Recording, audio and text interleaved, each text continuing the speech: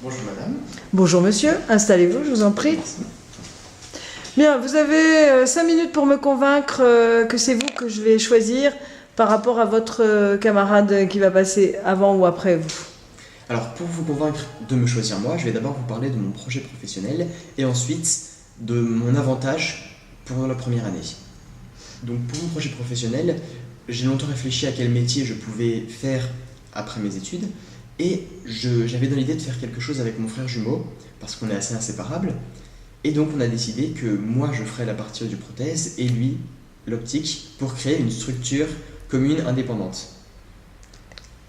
Donc pour valider l'hypothèse de ma motivation dans ce domaine, j'ai passé une journée chez un audioprothésiste et j'ai pu observer la diversité des tâches qu'il avait à exercer, qui vont des relations humaines à l'accompagnement de la personne qui vient le voir, jusqu'aux tâches plus techniques avec l'audiogramme.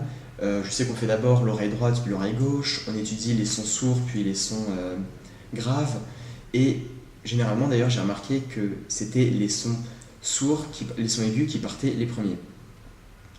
Donc voilà pour mes motivations et mon projet.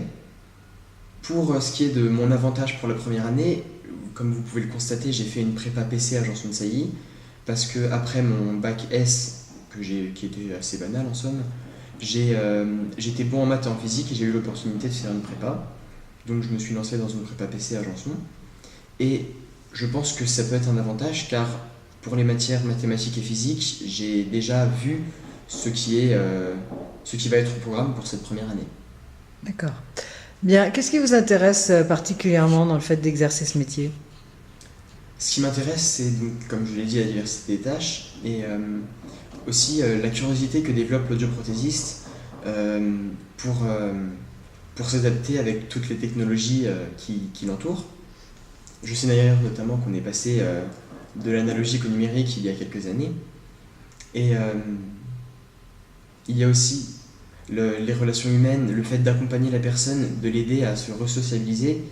Et la perte de l'audition, d'un certain côté, s'accompagne d'une perte des capacités intellectuelles, car on n'a plus le cerveau qui travaille de la même manière. Et le fait de réapprendre à entendre permet aussi de retrouver des émotions, des souvenirs. Donc ça me motive vraiment dans l'idée de faire ce métier. D'accord. Quelles sont les qualités que vous avez... Enfin, pouvez-vous me parler de certaines de vos qualités? Alors une de mes qualités, c'est mon goût pour résoudre les astuces, les problèmes. Je pense que c'est d'ailleurs une qualité importante pour un audioprothésiste qui va pouvoir ainsi mieux trouver quelle prothèse doit aller à telle déficience auditive. Et je pense que c'est une bonne qualité pour ce domaine. Il y a comme autre qualité le fait que... Le fait que j'ai une forte capacité de travail. Ça, Ouais. Donc le fait que j'ai une forte capacité de travail, donc j'ai pu le constater notamment avec la prépa, et je pense que c'est une bonne qualité pour faire ses études, pour pouvoir soutenir un bon rythme, et voilà. Que disent de vous vos amis? Alors généralement mes amis, donc pour la prépa, Non, que disent de vous vos amis? Que pensent de vous?